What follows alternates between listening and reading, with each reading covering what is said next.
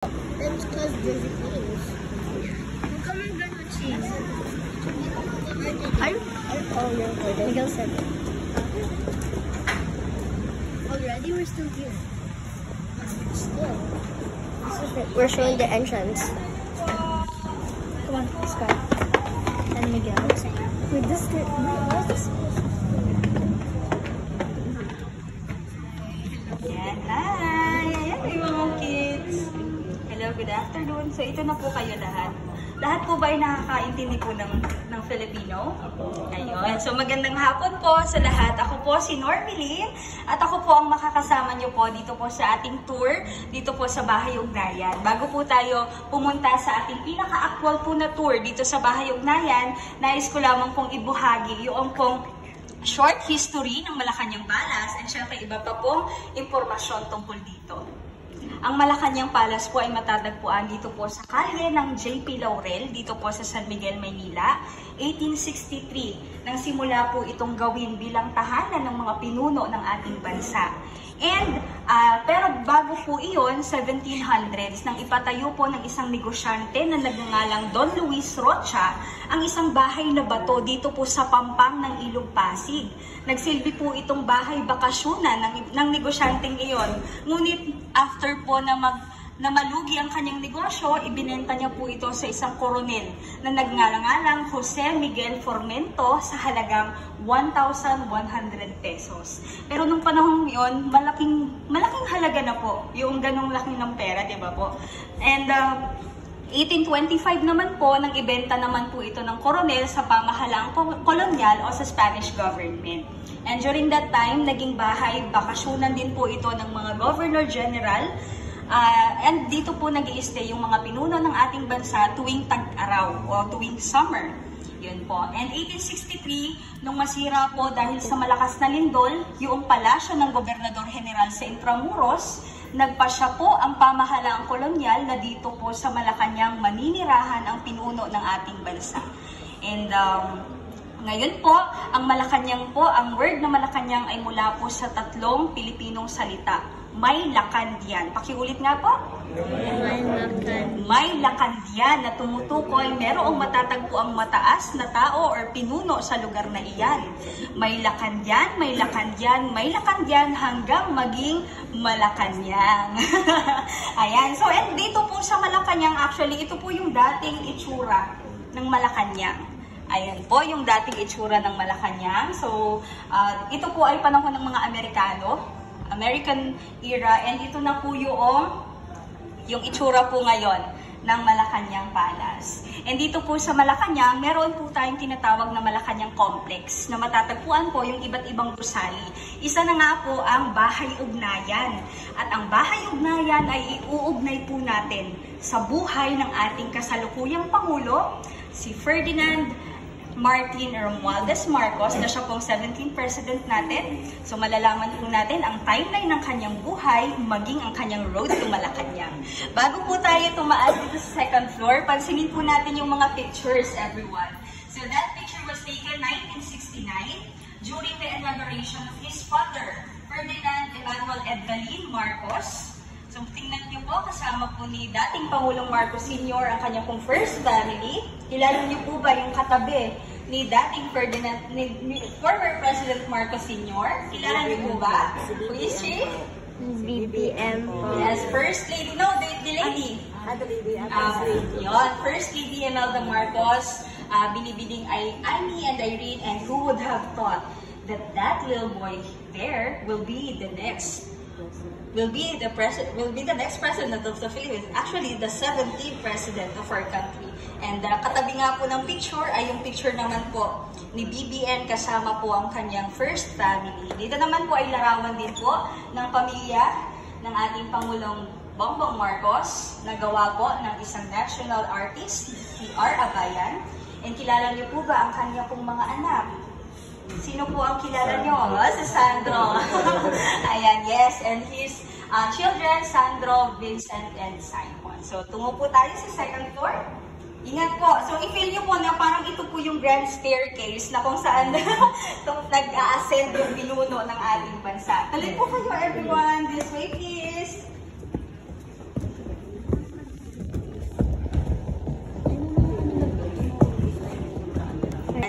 Emmanuel Edralin Marcos at First Lady Imelda Marcos. Actually, kilala din po siya sa tawag na Bongbong Marcos o BBM. Siya po ay pinanganak noong September 13, 1957. So kung curious po kayo kung ano pong itsura ng ating Pangulo noong baby siya, take a closer look of this picture. Katabi po na yung kanya pong baptism picture with his family. Ayan, yan po yung picture niya. And nagsimula po siya ng kanyang education sa Institusyon Teresiana na ngayon po ay kilala bilang Pedro Poveda College sa Mandaluyong. Nag-aral po siya ng kanyang elementary sa Lasal, Green Hills. Ayan, so ito po yung iba niyang picture. Look at this one. May cake po si BBM, 5-layer cake na halos malapit na pong maging kabantay. And some birthday photos. Yes po, opo. And pictures niya po, class pictures from grades 1 to grade 7. Sige nga po, sa mga bata, sino dito yung favorite subject English? Meron ba? Favorite? Wow, si Kuya. How about math? Math, favorite sa wow, very good. Actually, these documents here ay nagpapakita po na si BBM sa panahon po ng kanyang elementarya ay nagpakita po ng galing sa kanyang pag-aaral. And during his elementary education, actually habang siya po ay nasa elementarya, ay nahalal po bilang ika-10 Pangulo ang kanyang ama. Ito po yung larawan during his inauguration. Yes po. Ayan. So, yan po yung kanyang early years. Then, 1970, nang magpasya po ang kanyang magulang, nailipat po siya ng paaralan sa Worth Abbey School, isang all-boys school sa England. Yes. And, kung malinaw po yung mga mata nyo, yun po yung may bilog po doon, yun po si BBM. And actually, this letter from Reverend Guysport, yung headmaster po ng Worth Abbeys, ito po yung sulat para po sa kanyang ama na ipinapaalam na sa kabila ng adjustment ni BBM sa new culture sa kanyang school, siya din po yung pinakabata sa klase ay nagpakita din po ng galing sa kanyang pag-aaral. After that, nag-aral po siya sa Oxford University. Yan. At dyan niya ka po nakuha yung Special Diploma in Social Studies, Pilipinas, para tumanggap po ng kanyang military training. Nandyan po yung mga pictures. Then after that, he applied for a master's degree in business administration in Wharton School of Business in Pennsylvania, USA. But hindi niya po yun natapos dahil nahalal po siya as Vice Governor of Ilocos Norte at the age of 23. 3 years after, nahalal din po siya as Governor of the said province. Ito po yung larawan. So siya po ay 1983 to 1986. But everyone, as part of our country's history, diba, 1986 po nangyari yung EDSA People Power Revolution na kung saan ay kinailangan pong lumikas ng pamilya Marcos dito sa Pilipinas bago ng Hawaii. Sa Honolulu, Hawaii, doon na po pumanaw ang dating Pangulong Ferdinand Marcos Sr. dahil po sa heart, kidney, and lung failure. Habang nabubuhay po si Pangulong Marcos Sr., hindi na po siya nakabalik sa Pilipinas. But, it was a different story for BBM. Dito po tayo.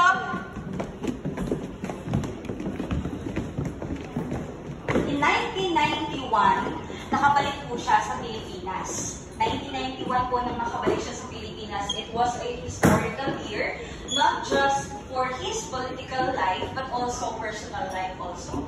1992, nang tumakbo po siya as congressman ng 2nd District ng Ilocos Norte. And sa nangyari pong halalan, nakabuha po siya ng 90% of total votes from the Ilocanos. So nagpapatunay po yan na hindi po nawala yung suporta at pananampalataya ng mga Ilocano kay BBM. And let's take a break from talking to his political life. Let's talk about his personal life po muna. So, April 17, 1993, nang ikasal po siya kay Ginang Maria Luis Cacho Araneta. And take a closer look po of that pictures.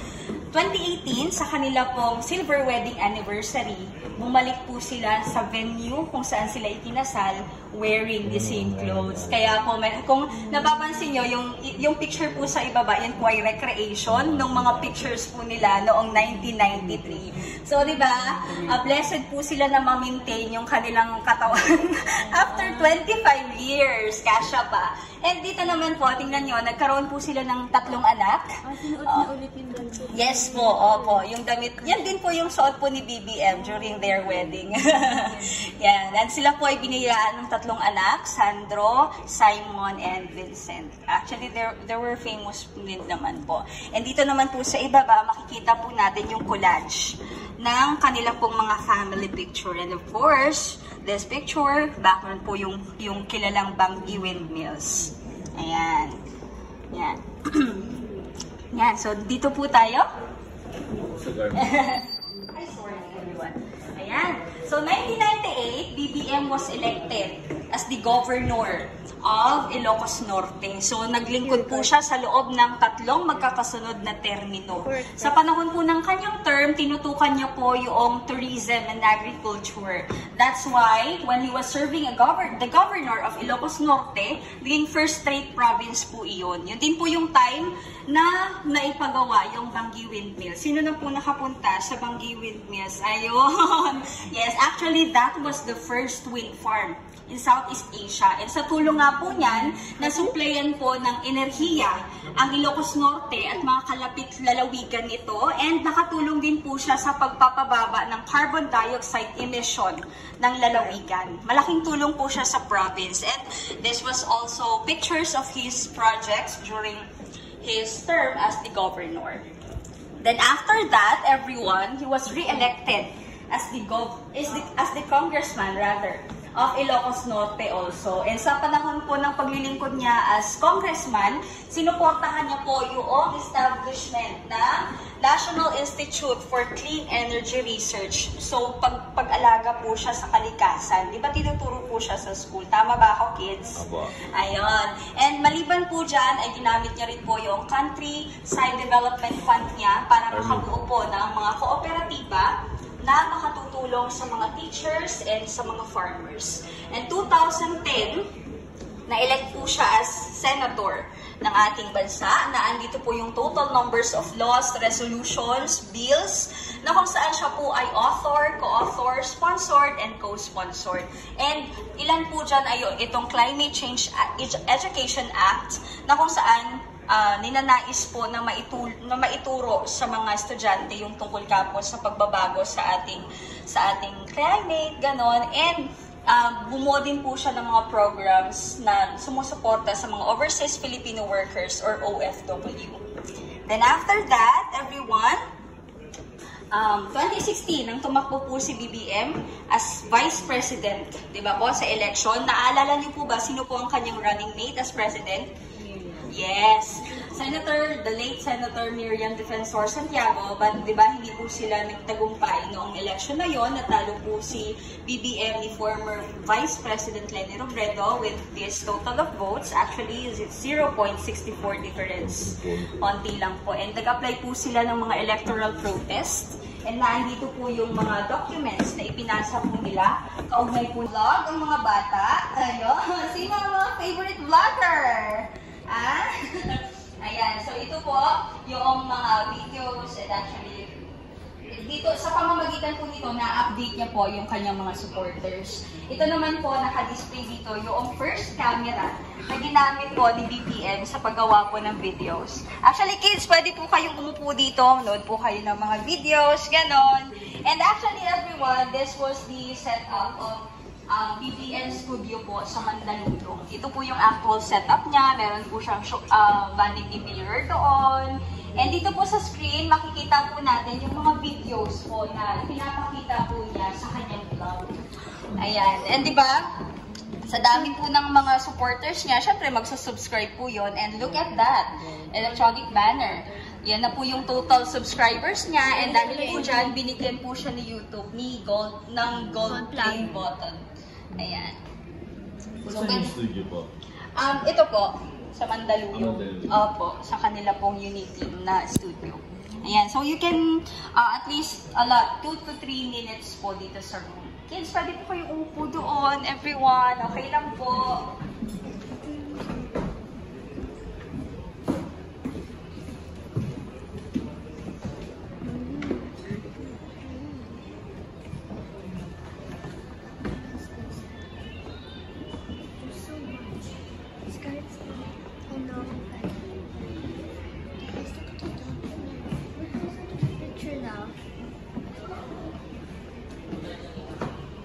Painting.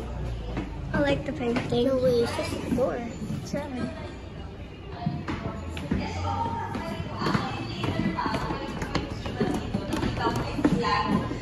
Pagpasyahan po ni BBM na tumakbo po sa pagkapangulo para sa halalan ng 2022. Nandito po yung kopya po ng kanyang Certificate of Candidacy. Yan. And syempre dahil nakapagpasya na nga po si BBM na tumakbo sa pagkapangulo, kailangan niya pong magkaroon ng running mate. Di ba po? And yung mga katangiang iyon na kailangan niya para sa kanyang running mate ay nakita niya po sa dating mayor ng Davao City na si, kilala niyo po ba? Yes, Inday Sara Duterte. So actually, October 2021 po, nang i-confirm po ni Sara Duterte yung kanya pong pagpayag as running mate ni BBM. November 2021 naman po, nang mag-usap po sila via Zoom meeting. Actually, nakita niyo po ba itong MacBook na ito? Dito po sila, dito po yung MacBook na yan. Diyan po sila nag-usap. Diyan po nabuo ang unity na kung saan ay naglalayong pag-isahin ang Luzon, ang North, at ang South ng Mindanao. Ayan. And February 2022, nang isagawa po nila yung kanila pong proclamation rally sa Philippine Arena. Part po noong aktibidad na yan, yung pagpapakilala po nila ng kanilang senatorial ticket. And also, the highlight of that activity ay yung dance presentation po. Huh? Yan po yung picture. Meron pong male dancer, suot po yung BBM. Female dancer, wearing green. The political color of Sara Duterte. And tingnan niyo po yung symbol dyan sa picture.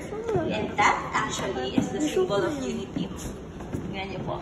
Ayun. And during their campaign period, nandito po yung mga campaign materials po nila. Ito po yung mga binibigay po nila during their campaign. Ballers, t-shirts, hats.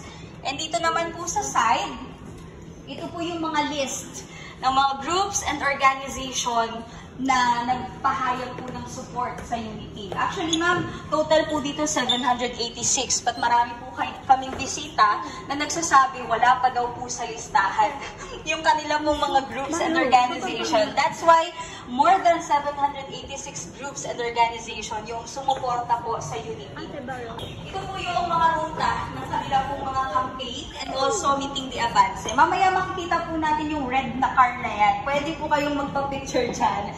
So, yan po yung road to presidency. Yan po yung mga lugar na pinuntahan po ng unity team during their campaign period.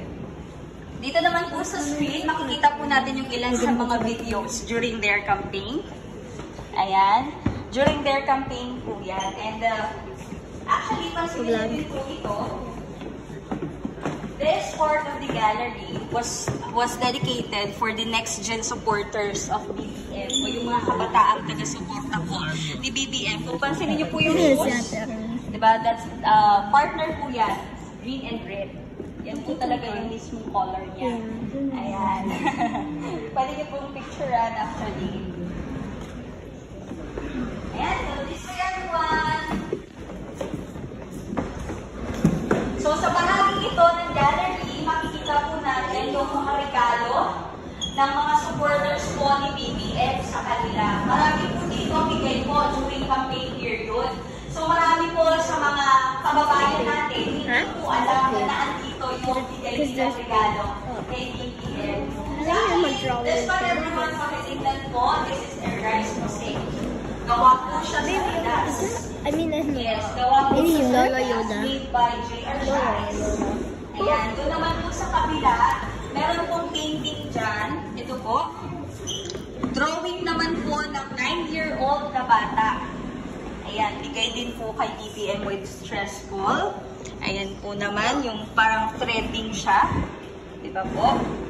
And, yan. And baka man magtanong ba I hear po may gunshots. So dahil po si BBM, makapag-design po siya na tumakbo sa presidency, siya po ay nanonood ng Ant-Man.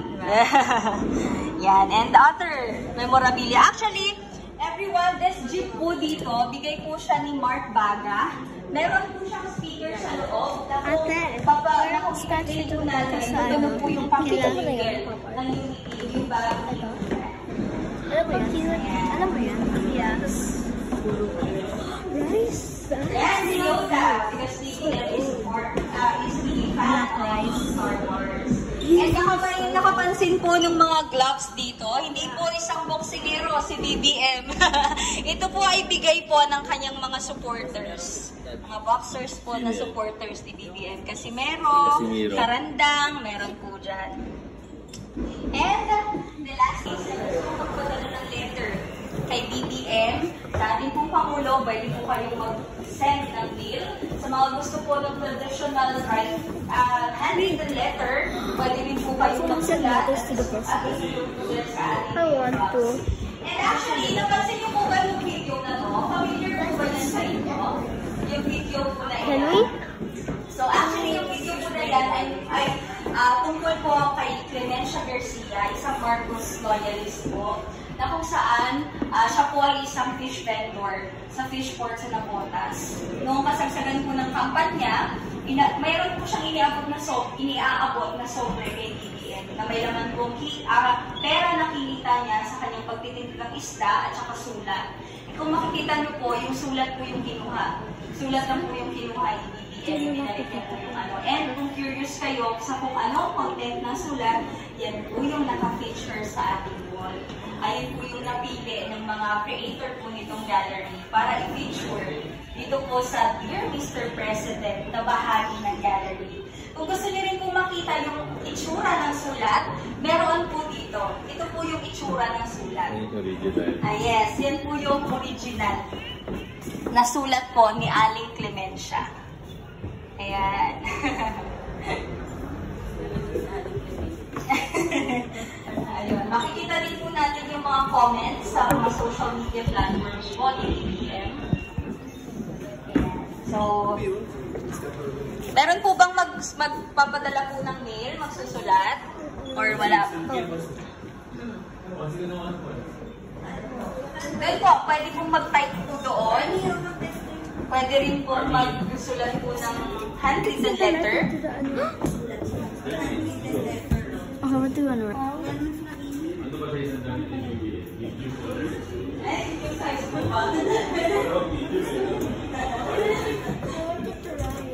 Come on, ate bawal daw. Ate.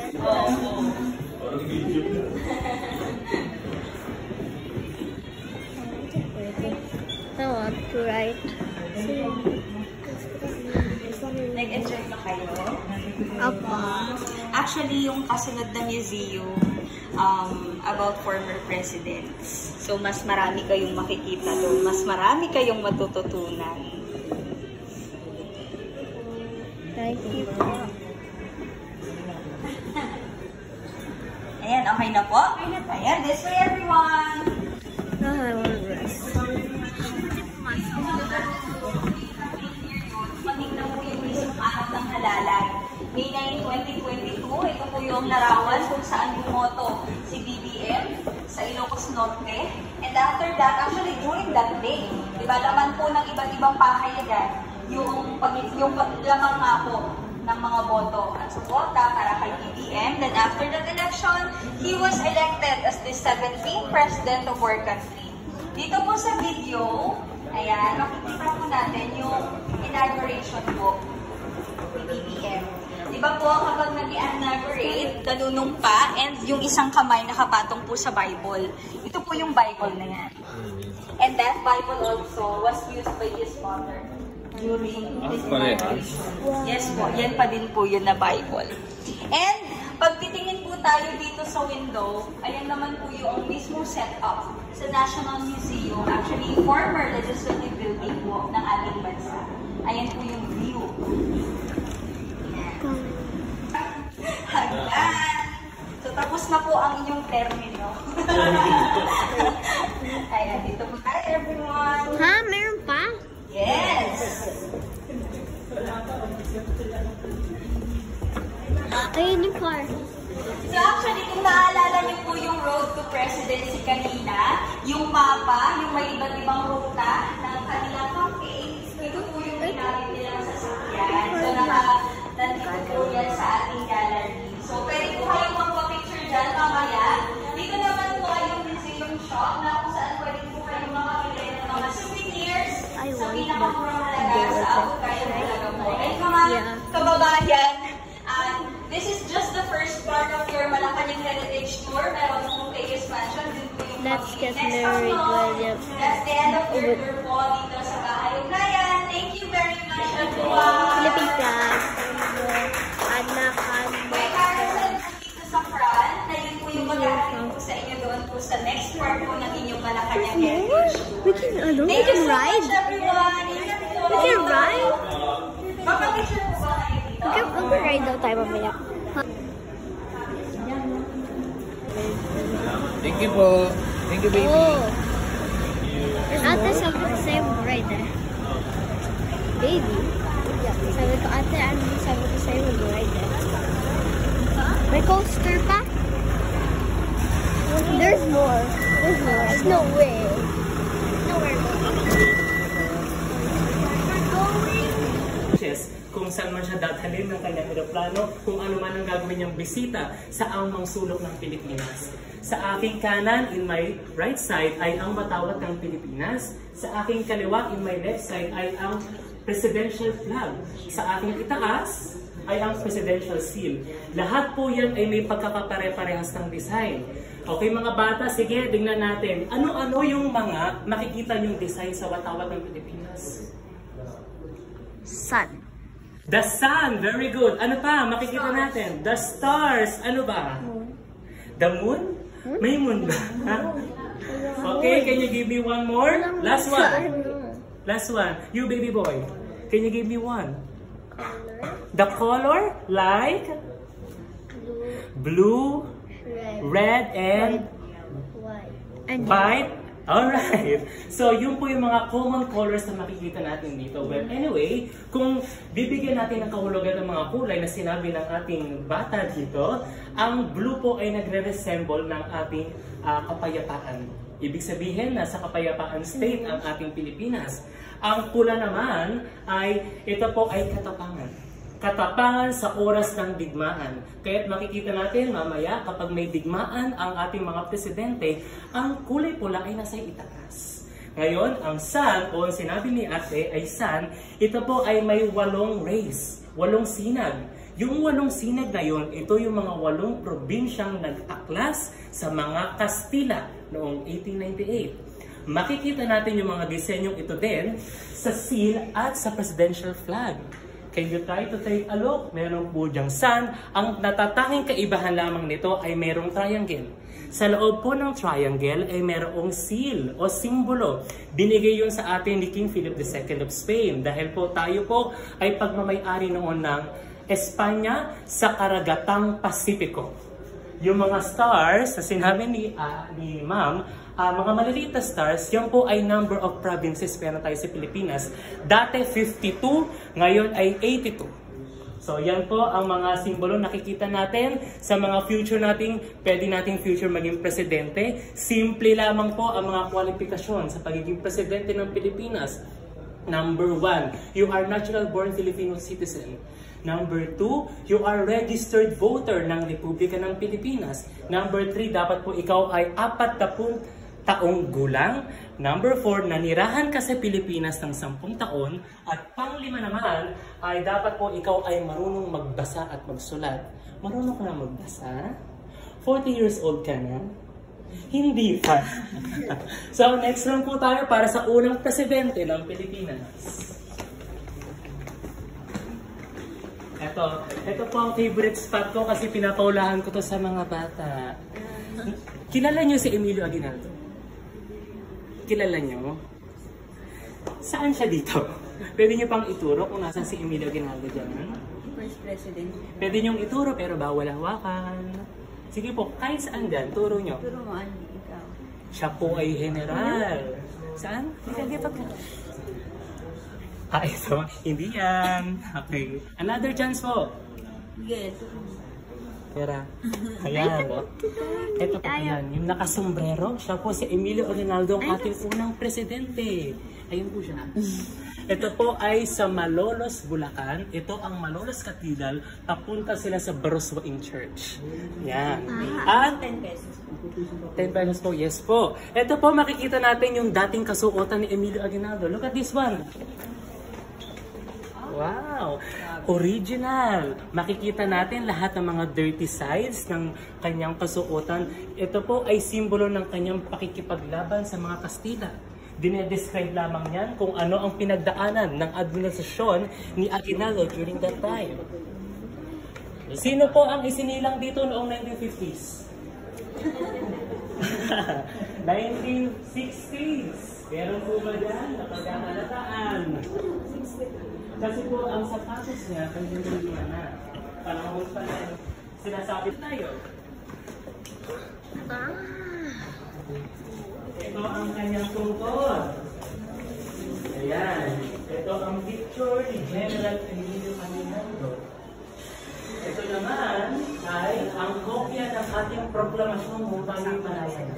August 6, 1956 pa yan. Ginawa. May pirma ni Emilio Aguinaldo. Sino ang idol mong artista? Idol na artista. Ayan, ito ang kanyang panulat. Sa kabilang dako naman, dito tayo. Mga kagamitan po ng ikalawang presidente Manuel L. Quezon. Ito po ang kanyang salamin sa mata. Sinasabi nila na pangmatangos lang daw po yan. Kasi pag wala kang ilong daw, nalaglag ang salamin. Yan po, yung susing yan. Yan po ay key to the city of Manila. Binibigay lamang po yan sa mga VIP ng palasyo. Pero hindi siya pangbukas ng pinto. Yan po ay souvenirs lang. Ito namang picture ni Quezon, yan po ay gawa sa perlas. The mother of pearl. Kung tawagin niyo. So, Emilio Aguinaldo from Cavite at Manuel Luis Molina Quezon mula Tayabas, Quezon. Siya po ang isa sa mga pinakamagandang nangyari sa ating Pilipinas dahil noong 1935, sakop-sakop tayo ng mga Amerikano. 1935, binigyan tayo ng 10 taong pansamantalang pamamahala. Ibig sabihin, tayo na mismo ang uupo, tayo na mismo ang mamamahala sa bansa. Of course, with the supervision pa rin ng Amerika. Sa kasamaang palad, noong 1941, sinakop na tayo ng Japan. Napilitang ma-exile si Manuel L. Quezon kasama ang kanyang Vice President na si Sergio Osmeña sa USA. Ito po yung tinawag nilang in-exile. Namatay siya sa sakit na tuberculosis. Bakit kaya siya namatay sa sakit na tuberculosis? Yes. Ano po ba ang cause ng sakit na tuberculosis kadalasan dito sa Pilipinas? Yes! Dahil po sa kanyang kwarto sa Malacanang, kung kayo po ay nakapunta na doon, meron po siyang kwarto. Yun din po ang kauna-unahang kwarto sa Pilipinas na nagkaroon ng aircon. Opo. At dahil nga air condition din, meron po doong bintana, katabi ng Pasig River, may bintana doon siya. Kaninigat sa Malacanang. So once again, Manuel Luis Molina Quezon, namatay po siya sa Saranac Lake in New York, USA. Habang nangyayari sa Pilipinas, anong nangyayari sa USA, anong nangyayari sa Pilipinas? Dito po tayo sa next president. By the way, damit po ni Manuel L. Quezon nung siya presidente pa. Ang ating next president, Jose Pasiano Laurel mula Tanawan, Batangas. Taga saan po kayo, sir? Taga Ilocos. Oh, Ilocos. Kababayan ng ating presidente. Taga saan kayo? Where you from? Oo nga. Quezon. Quezon! By the way, ngayon po ay birthday ni Quezon. So, Happy birthday, Quezon! Happy birthday. So, ito naman po ang kasuotan ni Jose P. Laurel. Sa mga bata, ano bang naaalala nyo kapag binabanggit ng Josephine Laurel? Dahon ng laurel. Ano pa? Mahilig magluto si Mami. Napagahalataan natin. Kayo po, ano po ang pagkakaalala nyo? Nung kayo nasa elementary pa lamang, tayo nag-aaral, anong naaalala natin kay Josephine Laurel? Bukod sa presidente, siya daw po ay puppet ng Japan. Collaborator daw siya ng Japan. Ang sabi ng mga Pilipino, nakikipag-ugnayan ka sa Japan para mahirapan kami. Masakit yun para kay Laurel dahil ang totoong dahilan kung bakit siya nasa Pilipinas ay kinausap siya ni Manuel L. Quezon. Ang sabi ni Manuel kay Laurel, sabi niya, maiwan ka dito sa Pilipinas, kailangan ka ng taong bayan. Kailangan nila ng boses sa mga Hapon para hindi na lumaganap ang kahirapan. Kaya ang tanging tugon lamang ni Laurel, how far? Hanggang kailan po kung mananatili? Walang tugon si Manuel L. Quezon. Kaya dito talaga namang nagutom ang ating mga kababayan. There was a time in the history, nagtatanim sila ng gulay sa Malacanang. At yung dating hindi kinakain na kangkong, kinakain na nila. Tapos, para magkaroon sila ng kape, lalagyan nila, sila yung magluluto ng kanin, sasangag nila yun, lalagyan nila ng asukal, lalagyan ng tubig, kape na po nila yun. Dahil nga nagkukulang tayo sa supply. Panahon din po ni Laurel, nagkaroon tayo ng bigas ng bayan.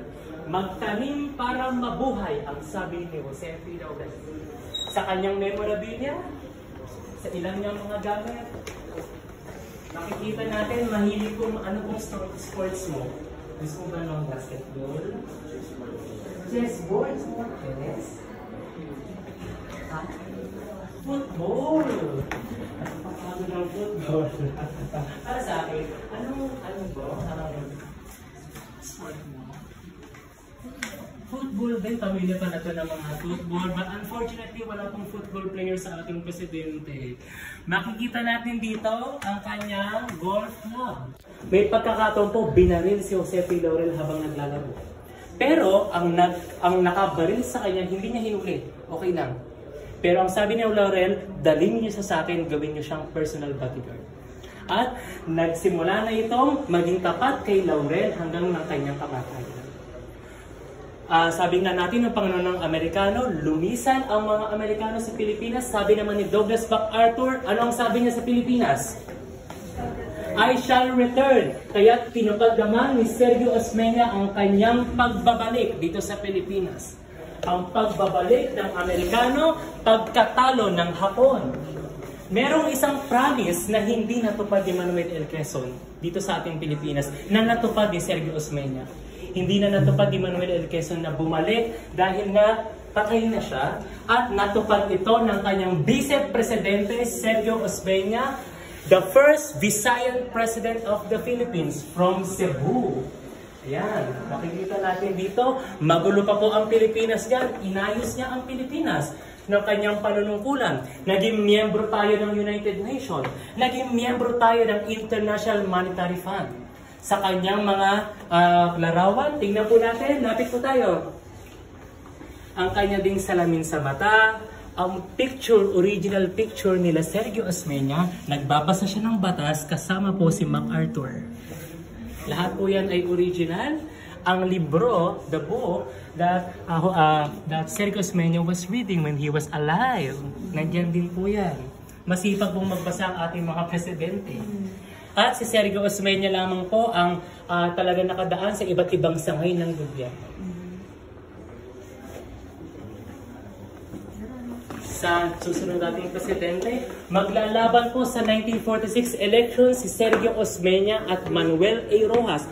Hindi na nag-campaign si Sergio Osmeña dahil nga, ako na ito eh. Sabi niya, huy, ako na to. Sabi sa mga taong bayan, kasama ko si MacArthur, talagang sikat na ako, hindi na ako mga kampanya. Pero masipag ang ating next president, talagang nangampanya siya, nakuha niya ang puso ng taong bayan, ang ating next president, Manuel Acuña Roxas from Capiz. Kasuotan pa lang mayaman na, siya po ay talagang mayaman. Nakapag-abroad, siya po ay nahirahan doon at nakapag-aral, talagang magaling siyang mag-Ingles. naging konsehal ng Capiz, naging pinakabatang gobernador, naging Senate President, at ngayon naging Presidente ng Pilipinas. Nandito, makikita natin ang iba't ibang mga larawan ni Manuel A. Rojas. Dito naman sa kanyang mga kagamitan, tampok po namin dito ang kanyang tungkod hindi. Mapapansin natin na lahat sila may tungkod. Bakit sa tingin mo maraming tungkod ang presidente? Matanda na? Bakit po may tungkod ang presidente? Why? Why may walking cane? All of the president? Maybe most of the president. Masakit daw yung legs? Dati po kasi, ngayon po kasi may passion tayo. Ngayon, yung mga matataas na tao, lagi silang may tungkod. Kaya makikita nyo, pag meron silang picture, lagi silang pineflex nila yung mga tungkod nila para masabing makapangyarihang tao. Presidente siya ang pinakamataas sa posisyon. Kaya hindi papahuli ang mga presidente, kailangan din silang may mga tagline na tungkod. Kaya mula pa kay Emilio, may tungkod na siya. Kay Carlos P. Garcia, may tungkod din.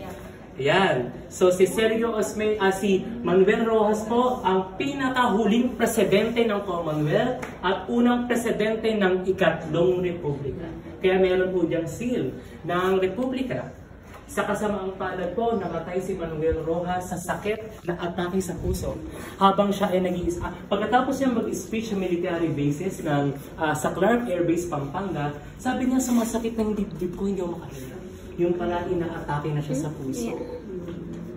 Nagtapos ang kanyang termino nung siya'y mamatay at base sa ating constitution, kapag namatay ang vice president, papalit ang pag namatay ang president, papalit ang vice president. Ang vice president niya ay none other than Elpidio Rivera Quirino mula Vigan, Ilocos Sur. Siya po ang original na Apo Lakay. Opo. Siya din po ang ama ng foreign affairs. Talagang pinatatag niya yung ugnayan natin sa ibang bansa. Lalong-lalo na sa South Korea. Do you like South Korea? Who is your favorite actor in Korea? So, tinulungan po natin during his time ang mga Korean nung sila ay nakikipigma sa North Korea. Tinawag po itong PEFTO or the Philippine Expeditionary Forces to Korea. Nagpadala tayo ng more than 7,000 soldiers sa South Korea para tulungan sila. Panahon din po ni Elpidio Quirino ay nagkaroon tayo ng iba't-ibang mga batas. Ayan po, makikita natin dito sa iba't ibang kanyang memorabilia, meron din siyang tungkod. Hindi nawawala. Ang kanyang sombrero ginagamit. Pero, ano po ba ang sense ng First Lady? Sino po dapat ang First Lady? The wife. Pero ibahin po rin nyo si Quirino. Ang kanyang First Lady ay ang kanyang anak. Si Victoria Quirino. Bakit? Dahil namatay ang kanyang pamilya. Si Alicia Siquia, minasakal siya ng World War II. Ang kanyang anak na si Norma, ang kanyang baby, nakalong-along pa ng kanyang ina nung siya ay tumatakbo sa mga Japan. Si Baby Fe, si Alicia Siquia, si Armando, ang kanilang panganay ay namatay sa digmaan, making Victoria as his first lady. Dito po tayo. Ipapakita ko po sa inyo ang kanyang wedding picture. Yan. Ito po nung kinasal ang ating Presidente Quirino sa Vigan, Ilocos Sur. Ito po si Alicia Siquia at ito si Elpidio Quirino. Can you guess the age of Alicia? Anong age, anong edad po ni Alicia dito? Base sa kanyang picture. 20. May premyo ang tama. 22. Okay mga bata. Ano? Guess mo lang. Guess mo lang. Any number. Guess mo lang. 24? 26? 27? You're shy. Ikaw? 29. 29? 25. Okay, yung mga nanay nyo, tatanungin ko, ha? Ano pong age sa tingin nyo? 22. 22? 25? 26? malalayo po ang inyong sagot. Siya po ay 17 years old. Si Elpidio Quirino po ay 30 years old. Illegal po yan sa panahon natin. Ano pong tawag natin doon? Illegal po yan. Meron tayong constitution na dapat magpapakasal ang babae 18 years. Pero sa Yung boy, case na 70, tapos yung girl, napakabata, 17? teenager pa lamang po. Adult man na si Elpidio Quirino, pero pumayag naman ang kanyang mga magulang. Wala po tayong pagagawa kapag tumibok ang puso. Ayan. So, namatay po siya. Noong panahon ng mga Hapon, ang kanyang first lady ni Elpidio Quirino ay ang kanyang anak na si Victor. 30 tsaka 7. So, ang next nating presidente, I hope na Sorry. Magsaysay is my guy, Ramon Magsaysay. Sino po ang nakaabot dito kay Ramon Magsaysay? Not me. Naabutan niyo po, ma'am? Ay, hindi pa. So, si Ramon Magsaysay daw po, golden years daw po ang kanyang panunungkulan. Bakit? Dahil po wala daw pong korupsyon ng kanyang panunungkulan. Nang maaga, hindi niya natapos ang kanyang termino dahil bumagsak ang kanyang eroplano sa Cebu, Mount Manuga. Why is it so big? Siya po ay namatay. Ang cute. So big. Siya po ay 4 years old. 1957 po. Bakit hindi natin dito ang ilan sa memorabilia niya? Ang Time Magazine, dahil na talagang excellent ang kanyang pagmumula. And then the figure clock. Nawala nga daw po yung clock, hindi namin natin. Patapatan natin, meron po niya si Manuel L. Quezon, right? Okay. So, kung namatay ang presidente, sino ang papalit? Vice President Carlos Polestico Garcia mula Bohol. Sino mahilig mag-guess? Me? Marunong mag-guess si Carlos P. Garcia. Noong kanyang panahon, talagang magaling si Carlos P. Garcia. Opo. Pero, nung siya'y namatay, meron po kasi sa Malacanang na Garcia Gaming Room. Yun yung gaming room natin sa panahon ngayon. Meron siyang gaming room doon. Sabi nung mga dating mga empleyado ng Malacanang, may kababalaghan daw po na issue dyan sa kanyang test board. Ang sabi nila, gumagalaw daw po ng pusa yung mga pieces ng test board. May nakakita pa nga daw po, yung multo ni Garcia mismo ang naglalaro dyan. Ito po ang pinakaunang agreement ng turista po yun. At yung star niyan, si Carlos Garcia na. So kung magkakaroon ulit tayo ng Boholano President, dadagdagan lang nila ang star. Once again, the Boholano.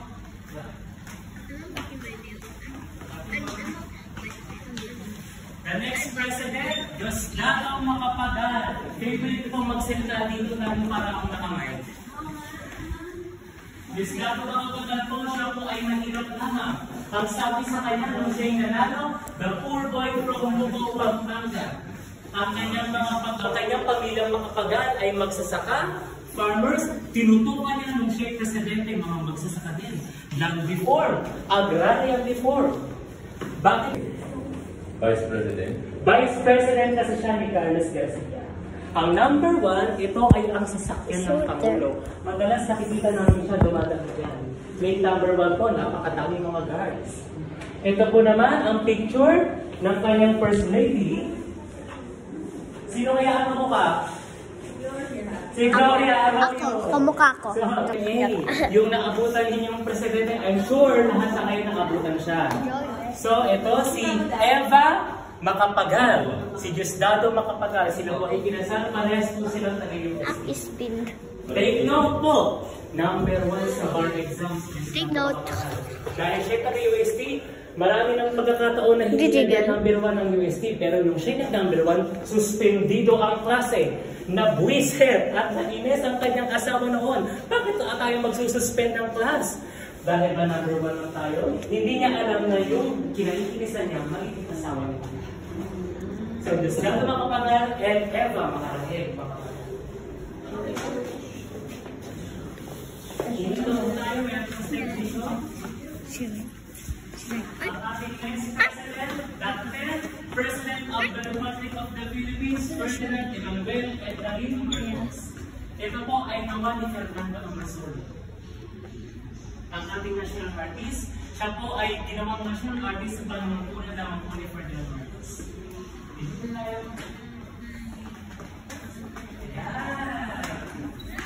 So makikita natin na nabuo ang kanyang timeline. Dahil po hindi nyo na itatanong, siya po ang pinakamahabang naging presidente ng Pilipinas for about 21 years. Mula 1965 hanggang 1986. Ito ang kanyang memorabilias. Siya din po ang kaunang Pangulong nagsulat ng batas handwritten ngayon. Ito naman ang kanyang barong.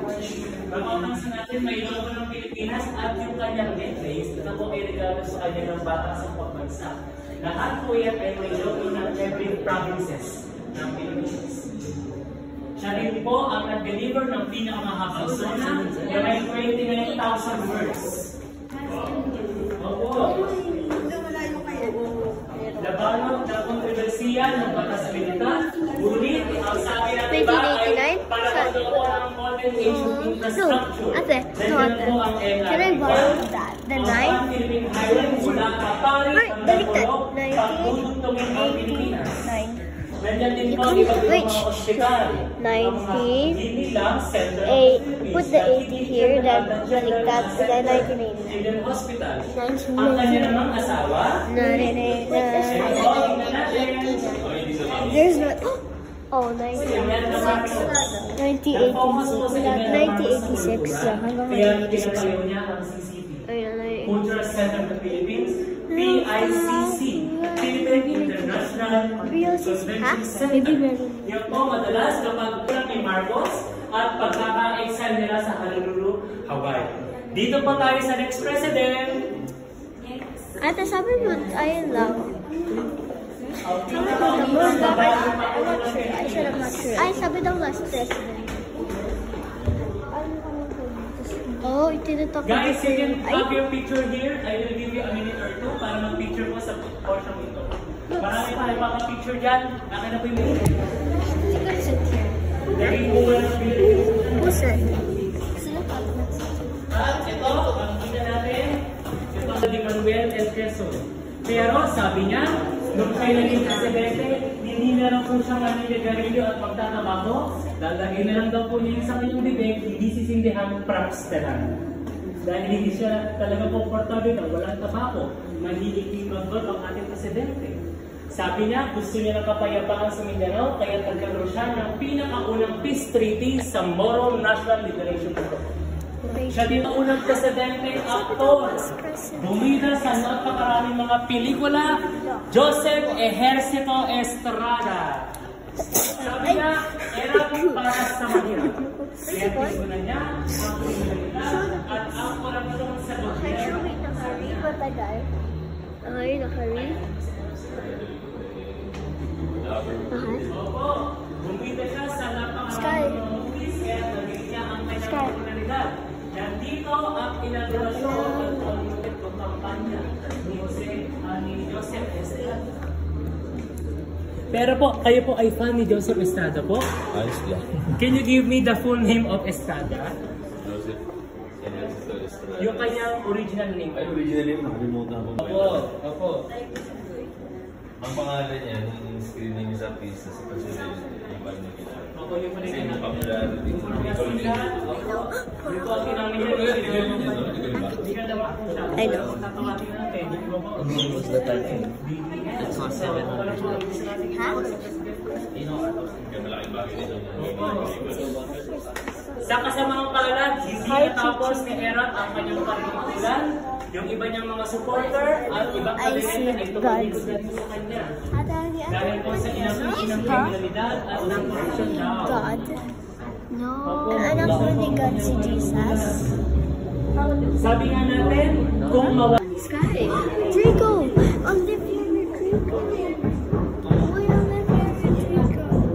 Ito naman, everyone, please listen. Natapin na po natin ang aming presidente. Tapos na po ang Malacanang Heritage Tour. Maraming pong salamat sa pagpunta. Thank you po. Yeah. Wait, it's done na.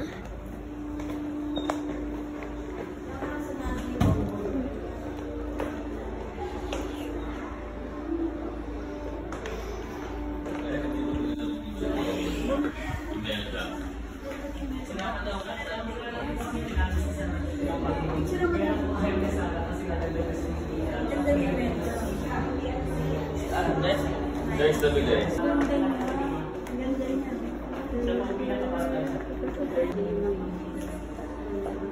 Buti na catch. Dash! You like it? Other thing. Bro, what is that? Wait, I want to see what's in there. Bro, what is that? It's dark. No way, that is worms. There's worms. How do you know? I know, I accidentally did. How did you get the worms? Wait, I don't know. How did you? Do you want me to do? There's worms. Ew! There is. Check it. I don't know if it's worms.